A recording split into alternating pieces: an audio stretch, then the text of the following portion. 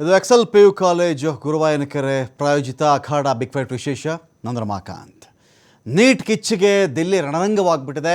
Cockroach ಕಹಳೆಗೆ ಸರ್ಕಾರ ಒಂದು ರೀತಿಯಲ್ಲಿ ಇದೀಗ ಒಂದು ಗೊಂದಲಕ್ಕೆ ಸಿಕ್ಕಾಕೊಂಡಿದೆ.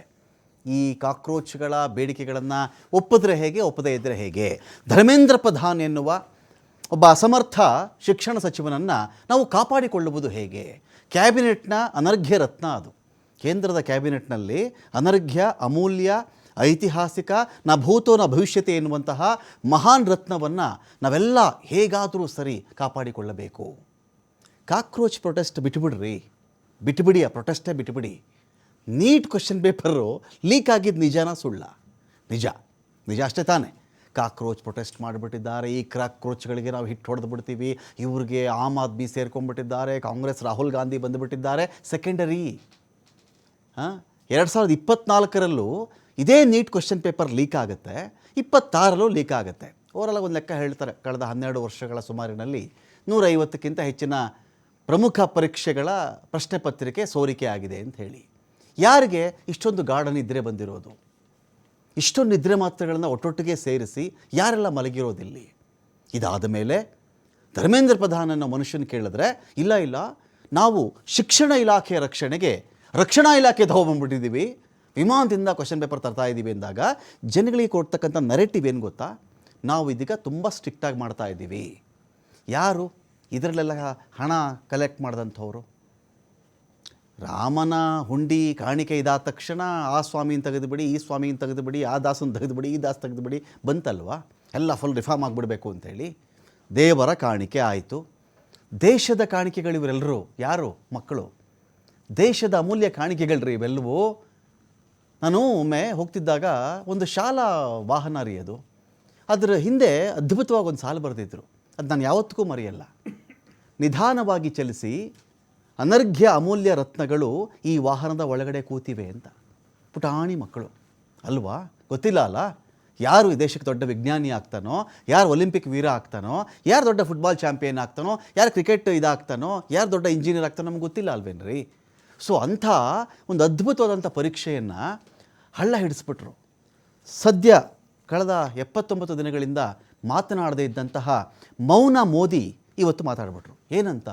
ಇದು ರಾಷ್ಟ್ರೀಯ ಜವಾಬ್ದಾರಿ. ಇದು ಯಾವುದು? ದೇಶದಲ್ಲಿ ಇಂಥ ಕ್ವಶನ್ ಪೇಪರ್ ಲೀಕ್ ಆಗದಂತೆ ತಡೆಯುವುದು ರಾಷ್ಟ್ರೀಯ ಜವಾಬ್ದಾರಿ ಅಂತ ಹೇಳಿ ಶ್ರೀಯುತ ಭಾರತದ ಗೌರವಾನ್ವಿತ ಪ್ರಧಾನಿಗಳಾದ ನರೇಂದ್ರ ಮೋದಿಯವರು ಮಾತಾಡ್ಬಿಟ್ರು. ಇದು ರಾಷ್ಟ್ರೀಯ ಜವಾಬ್ದಾರಿ ಆದಮೇಲೆ ರಾಷ್ಟ್ರೀಯ ಬೇಜವಾಬ್ದಾರಿ ಮಾಡಿದ ಮನುಷ್ಯ ಯಾರು?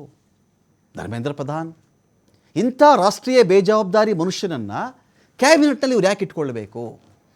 ನೀ ಕಾಕ್ರೋಚ್ಗಳು ಹಾಗೆ ಪ್ರೊಟೆಸ್ಟ್ ಮಾಡಿದ್ರು, ಹೀಗೆ ಪ್ರೊಟೆಸ್ಟ್ ಮಾಡಿದ್ರು, ಕಲ್ಲಿತ್ತಂತೆ, ಏನ್ರಿ ವೆಪನ್ ಇತ್ತಂತೆ ಅಂತ ಎಷ್ಟೋ ಜನ ಲಾಠಿ ಹಿಡ್ಕೊಂಡು ನಿಂತಿದ್ದಾರಲ್ಲಿ. ಕೆಲವರು ಅವರು ಪೊಲೀಸರೇ ಅಲ್ಲ, ಬ್ಯಾಡ್ಜ್ಗಳಿಲ್ಲ ಅಂತ ಅಲ್ಲಿ ಪ್ರತಿಭಟನಾಕಾರರು ಕೇಳ್ತಾ ಇದ್ದಾರೆ, ನೀವು ಯಾರಪ್ಪ, ನಮಗೆಲ್ಲ ಹೊಡಿತಾ ಇದ್ದೀರಲ್ಲ, ನೀವು ಯಾರು, ಹೇಗೆ ಬಂತು ಫೈಬರ್ ಲಾಠಿಗಳು ನಿಮ್ಮ ಬಳಿ ಅಂತ ಉತ್ತರ ಇಲ್ಲ. ವಾಲಂಟಿಯರ್ ಆಗಿ ನಾವೇ ಕಲ್ಲು ತುಂಬಿದ್ದ ಚೀಲಗಳನ್ನು ಕಾಕ್ರೋಚ್ನ ವಾಲಂಟಿಯರ್ಸ್, ಡೆಸಿಗ್ನೇಟೆಡ್ ವಾಲಂಟಿಯರ್ಸು ಅಲ್ಲಿ ತೋರಿಸಿದ್ದಾರೆ. ಸರ್, ಪೊಲೀಸರ ಸಹಕಾರ ತೊಗೊಂಡಿದ್ದೇವೆ, ನಾವು ಈ ಮಾರ್ಚಲ್ಲಿ ನಾವು ಗಮನಕ್ಕೆ ಇಟ್ಕೊಂಡೇ ನಾವು ಈ ಮಾರ್ಚನ್ನು ಮಾಡಿದ್ದು. ಆದಾಗ್ಯೂ ನಮ್ಮನ್ನು ಯಾಕೆ ಈ ಥರ ಹೊಡೆದ್ರು, ಯಾಕೆ ಅರೆಸ್ಟ್ ಮಾಡಿದ್ರು, ಯಾಕೆ ಆಸ್ಪತ್ರೆಗೆ ಅಡ್ಮಿಟ್ ಮಾಡುವಂತೆ ಮಾಡಿದ್ರು ಎನ್ನುವುದಕ್ಕೆ ಉತ್ತರಗಳಿಲ್ಲ. ಈ ಅನರ್ಘ್ಯ ರತ್ನ ಧರ್ಮೇಂದ್ರ ಪ್ರಧಾನ್ ಅವರನ್ನ ಕಾಪಾಡಿಕೊಳ್ಳುವುದಕ್ಕೆ ಇಷ್ಟೊಂದು ಆಸ್ಥೆ, ಮುತುವರ್ಜಿ, ಆಸಕ್ತಿ ಯಾಕೆ? ವಿದ್ಯಾರ್ಥಿಗಳೇನೂ ಅಲ್ವಾ?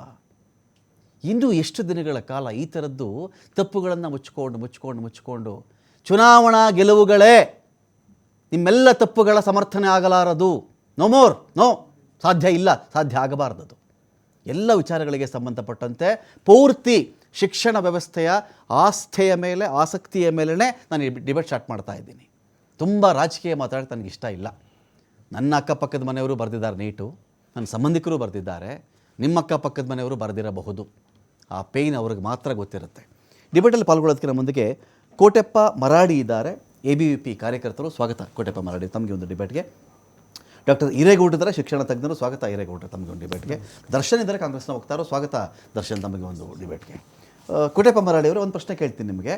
ಏನಿಸ್ತು ನಿಮಗೆ ಈ ಕಾಕ್ರೋಚ್ ಪಾರ್ಟಿ ಅವರೆಲ್ಲ ಸೇರಿಕೊಂಡು ಈ ನೀಟ್ ಬಗ್ಗೆ ಒಂದು ಧ್ವನಿ ಎತ್ತಿ ಯಾರ್ಯಾರು ಉಪವಾಸ ಕೂತ್ಕೋತಾ ಇದ್ದಾರೆ, ಪ್ರೊಟೆಸ್ಟ್ ಮಾಡ್ತಾ ಇದ್ದಾರೆ, ಪಾರ್ಲಿಮೆಂಟ್ ಚಲೋ ಮಾಡ್ತಾ ಇದ್ದಾರೆ, ನಿಮ್ಗೆ ಅನಿಸಿದ್ದೇನು ಈ ಸಂದರ್ಭದಲ್ಲಿ? CJP ಶುರು ಆದಾಗ ಅವರೊಂದು ಏನೊಂದು ವಿಚಾರವನ್ನು ಇಟ್ಕೊಂಡು ಹೊಂಟಿದ್ರು ಮತ್ತು ಯಾವ ಕಾರಣಕ್ಕೋಸ್ಕರ ಹೋರಾಟವನ್ನು ಮಾಡ್ತಾ ಇದ್ರು ಅದನ್ನೆಲ್ಲವೂ ಕೂಡ ನಾವು ಕೂಡ ಮೆಚ್ಕೊಳ್ತಾ ಬಂದ್ವಿ. ತದನಂತರ ಏನಾಯಿತು, ನೀಟ್ ಪರೀಕ್ಷೆ ಲೀಕ್ ಆದ ತಕ್ಷಣ ಅವ್ರ ವಿರುದ್ಧ ಹೋರಾಟ ಮಾಡ್ತಾ ಇದ್ದು ಇದು ರೂಪ ಬೇರೆ ಆಗ್ತಾ ಹೋಗ್ತು. ಅಲ್ಲಿ ಬೇರೆ ಬೇರೆ ಥರದ ವ್ಯಕ್ತಿಗಳು ಬರೋಕ್ಕೆ ಶುರು ಆದರು. ಯಾವುದೋ ಪೊಲಿಟಿಕಲ್ ಪಾರ್ಟಿಗಳಲ್ಲಿ ಇನ್ವಾಲ್ವ್ ಆಗಿದ್ದವ್ರು ಬರೋಕ್ಕೆ ಶುರು ಮಾಡಿದ್ರು, ಯಾವುದೋ ಆ್ಯಂಟಿ ನ್ಯಾಷನಲ್ ಆ್ಯಕ್ಟಿವಿಟಿಗಳಲ್ಲಿ ತೊಡಗಿಕೊಂಡವರು ಬರೋಕ್ಕೆ ಶುರು ಮಾಡಿದ್ರು, ದೇಶ ವಿರೋಧಿ ಹೇಳಿಕೆ ಕೊಟ್ಟಂಥ ಮತ್ತು ಅವರನ್ನು ಸಮರ್ಥನೆ ಮಾಡಿಕೊಳ್ಳುವಂಥ ಕೆಲವೊಂದಿಷ್ಟು ಯೂತ್ಸ್ಗಳು ಬರೋಕ್ಕೆ ಶುರು ಮಾಡಿದ್ರು. ಹೀಗೆ ನೀಟ್ ವಿರುದ್ಧ, ನೀಟ್ ಪ್ರಶ್ನೆ ಪತ್ರಿಕೆ ಸೋರಿಕೆ ವಿರುದ್ಧ ನಡೆದಂಥ ಹೋರಾಟದ ಅದು ರೂಪನೇ ಬದಲಾಗ್ತಾ ಹೋಯಿತು.